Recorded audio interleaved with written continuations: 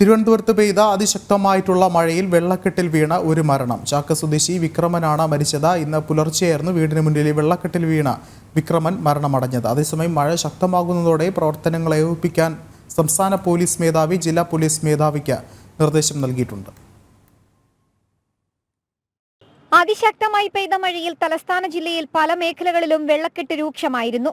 ചാല, അട്ടക്കുളങ്ങര, മുക്കോലയ്ക്കൽ മേഖലകളിലും വെള്ളം കയറി.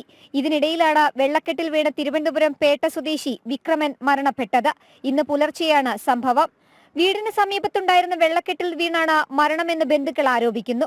പൊതുദർശനം നടത്തിയ ശേഷം സംസ്കാരം നടത്തി. അതേസമയം മഴ ശക്തമാകുന്നതോടെ പ്രവർത്തനങ്ങൾ ഏകോപിപ്പിക്കാൻ സംസ്ഥാന പോലീസ് മേധാവി ജില്ലാ പോലീസ് മേധാവിമാർക്ക് നിർദ്ദേശം നൽകിയിട്ടുണ്ട്.